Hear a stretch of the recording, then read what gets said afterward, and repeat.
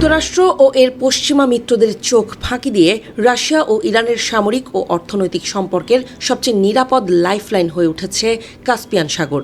Ukraine যুদ্ধ ও মধ্যপ্রাচ্যের সাম্প্রতিক সামরিক উত্তেজনার প্রেক্ষাপটে পশ্চিমা বিশ্ব যখন রাশিয়া ও ইরানের ওপর কঠোর অর্থনৈতিক নিষেধাজ্ঞা আরোপ করেছে, তখন কাস্পিয়ান সাগর হয়ে উঠেছে মস্কো ও তেহরানের জন্য এক অপ্রতিরোধ্য পেছনের দরজা। কাস্পিয়ান সাগরের ভৌগোলিক অবস্থানই একে বিশ্ব রাজনীতির অন্যতম সুরক্ষিত জলপথে পরিণত করেছে। এটি একটি চারপাশ স্থলভাগ দিয়ে ঘেরা অভ্যন্তরীণ জলাশয়। কোনো উন্মুক্ত মহাসাগরের সাথে এর সরাসরি সংযোগ না থাকায় মার্কিন যুক্তরাষ্ট্র বা নেটো জোটের কোনো যুদ্ধজাহাজ এখানে প্রবেশ করতে পারে না। ফলে কাস্পিয়ান সাগরে আন্তর্জাতিক নজরদারির কোনো সুযোগ পশ্চিমাদের হাতে নেই। এই রুটটিতে সম্পূর্ণ আধিপত্য বজায় রেখেছে রাশিয়া ও ইরান।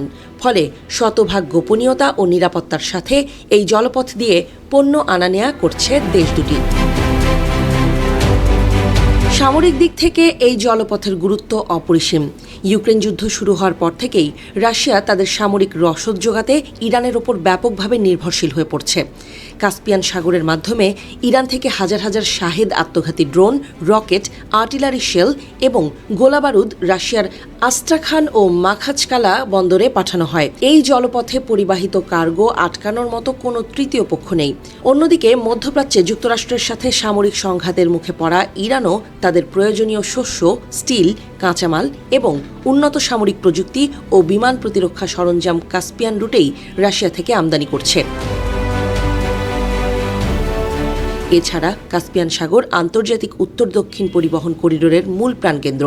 এই অল্টারনেটিভ রুটটি সুয়েজ খাল এবং ইউরোপীয় রুটকে এড়িয়ে সরাসরি রাশিয়াকে ইরানের মধ্যে দিয়ে ভারত মহাসাগরের সাথে যুক্ত করেছে।